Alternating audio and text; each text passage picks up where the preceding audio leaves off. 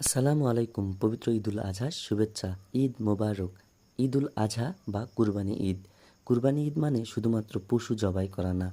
এই পশু জবাই করার মাধ্যমে মহান আল্লাহ তাআলার প্রতি আত্মত্যাগ, তাকওয়া অর্জন এবং এটি একটি ভালোবাসার প্রতীক। এই ঈদে সামর্থ্যবান ব্যক্তিরা গরু, ছাগল, উট, দুম্বা ইত্যাদি প্রাণী তারা কুরবানি দেয়। এই কুরবানি বন্টনের ৩টি পদ্ধতি রয়েছে। সেটির মধ্যে প্রথমত নিজের ভাগ, দ্বিতীয়ত আত্মীয়স্বজন এবং তৃতীয়ত গরিব দুঃখী অসহায়ের মাঝে বন্টন। এবং সেটি পরিপূর্ণভাবে করতে পারলে সমাজের যে সাম্যের সৃষ্টি সেটি হবে।